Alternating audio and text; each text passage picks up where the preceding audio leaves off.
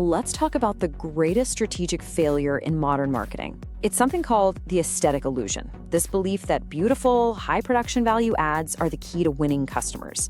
But here's the thing, it completely ignores the neurological fact that our brains decide whether to ignore an ad in less than 400 milliseconds if it even looks like a commercial. Today, we're going to tear down that illusion and build a completely new framework, one that's designed for how the brain actually works. 400 milliseconds. I mean, think about that. It's less than half a second. It's literally faster than you can blink. This isn't conscious thought. This is pure gut instinct. And that is the entire window you have before a potential customer's brain labels your ad as noise and just keeps on scrolling. And you've got to understand, this is not a choice someone is actively making. This is a deep subconscious defense mechanism that's been built up over a lifetime of being sold to.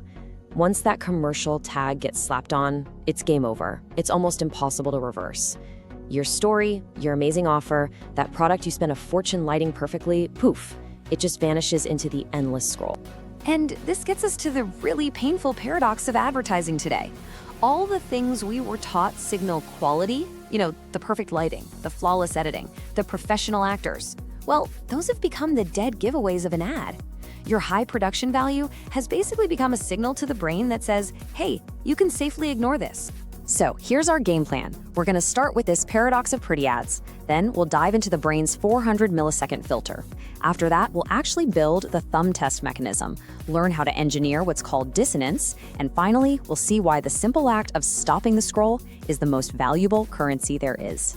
All right, first up, let's talk about the environment our ads are even trying to survive in. It's a high-speed, brutal battlefield for attention, and honestly, most marketers just don't appreciate how intense it is.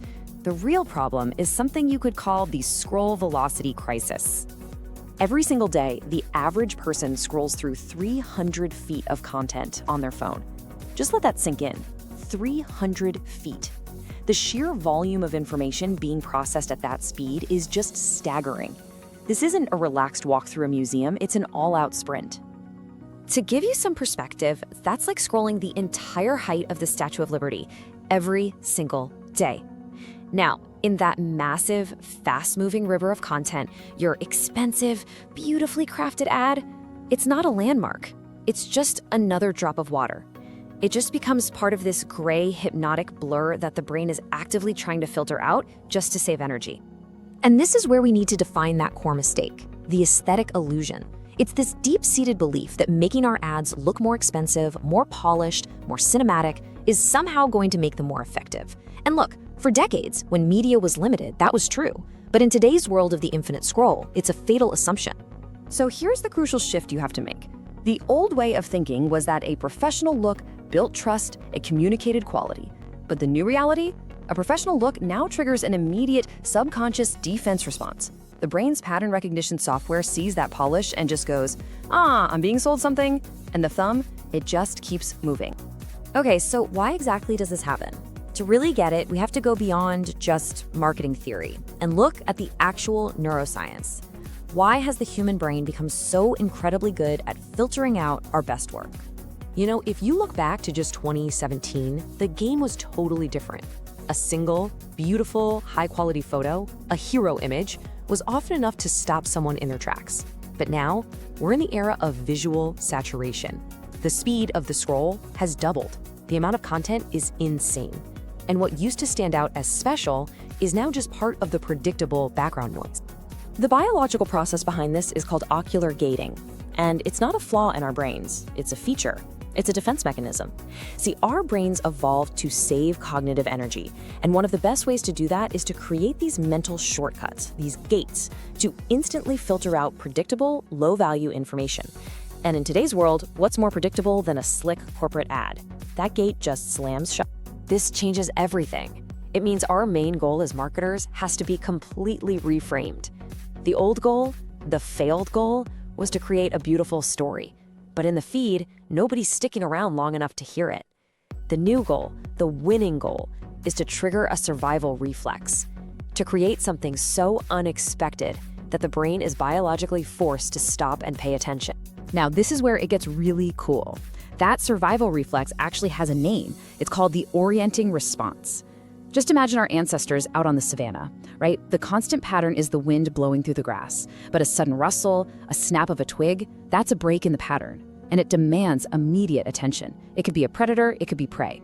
Our brains are hardwired to lock onto that anomaly. And today, the digital feed is our new savannah. So that's the million-dollar question, isn't it? If our whole goal is to hijack this deep-seated biological reflex, if we need to be that rustle in the grass, how do we actually do it? How do we engineer a pattern interrupt on purpose? Well, the answer is a framework that's designed for this exact challenge. It's called the thumb test. And it's not about making ads prettier.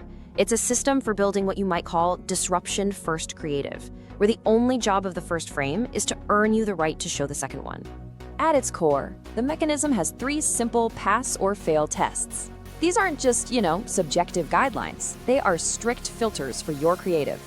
You've got the silhouette test, the text contrast ratio, and the half-second comprehension check. Think of them as the gatekeepers of attention. So let's break down the question each test answers. The silhouette test asks, is the main subject so clear that you could recognize its shape even if it were blacked out? The text contrast ratio asks, is your text so big and bold that a thumb scrolling at full speed can actually read it? And finally, the comprehension check asks, in that first half second, can the brain instantly get the core value you're offering? The tool we use to pass these tests is the concept of visual dissonance. This, right here, is the secret weapon. It's the art of deliberately engineering a speed bump in that 300-foot river of content. You're intentionally creating an image that feels just a little bit off, something that breaks the visual rhythm of the feed, and in doing so, you trigger that orienting response we just talked about. Okay, so knowing the theory is one thing, but actually mastering it is what separates the pros from the amateurs. So how do we go from just understanding dissonance to actually architecting it in our creative every single day? The whole strategy is really grounded in this classic psychological principle called the Restorff Effect. Basically, it just says that when you see a bunch of similar things, the one that's different is the one you're most likely to notice and remember. This is exactly why a raw, shaky, user-generated style video will often crush $1 million commercial. In a sea of corporate polish, that human element is the thing that stands out. The strategy then becomes beautifully simple. Just do the opposite. You have to understand the visual norms of whatever platform you're on, and then intentionally break them. If every other ad is using a clean corporate blue, you use a jarring, vibrant orange. If every video is a calm talking head, you open with what I call a visual shout, a super fast camera move, a crash zoom, anything that shatters that hypnotic rhythm. Okay, here is the single most practical tool that I can give you. You can do this right now at your desk. It's called the squint test. Just pull up one of your ads, lean back from your screen, and squint your eyes until everything gets all blurry. And here's the rule. If you can't understand the core message or the main point of your ad with your eyes half closed, it's going to fail. And why is that? Because that blurry, abstract view is almost exactly what your ad looks like to a brain that's processing 300 feet of content a day. Your message has to be strong enough to survive the blur. All of this requires a pretty fundamental shift in how we see ourselves professionally. We have to stop thinking of ourselves as designers whose job it is to create beauty and harmony. We have to become attention engineers. Our job is to understand the physics of the feed and build creative that can actually withstand its forces. So your ultimate measure of success, your North Star, it can't be subjective things like how good the ad looks. It has to be a raw, quantifiable measure of human behavior. Did they stop? The only metric that really matters is your thumb stop ratio, or TSR. What percentage of people who saw the ad actually paused for at least a second? That is the new gold standard. And that brings us to our final and maybe most important idea. This is really the insight that powers this whole framework. It requires us to completely rethink what it is we're competing for in the first place. In an economy of infinite content, where there's just endless noise, the only truly scarce resource is human attention. Clicks, leads, sales, all of that stuff comes after one single tiny moment. The moment a person decides to stop scrolling. That stop is the foundational unit of value. It's the currency you have to earn before you can ever hope to sell. So this really sums up the whole strategic shift. The old way, the aesthetic illusion, was all about trying to push people toward a sale using the brute force of branding and beauty. The thumb test is about pulling them toward you by creating something so different, so intriguing, so instantly valuable that they can't help but stop and check it out on their own terms. The best marketing makes your audience feel like they discovered something great, not like they were ambushed by a sales pitch. It doesn't feel like an interruption they have to put up with. It feels like a place they chose to be. It pulls people toward value with this gravitational force that's just so much more powerful than any hard sell. Mastering this stuff isn't about just following a checklist. It's about adopting a whole new discipline. It's a commitment to engineering creative that respects the viewer's brain enough to win that first crucial second of their time. So here's my challenge to you. On your very next campaign, before you launch it, do the squint test and be honest. If it fails, have the guts to change it, because that's where the real growth begins.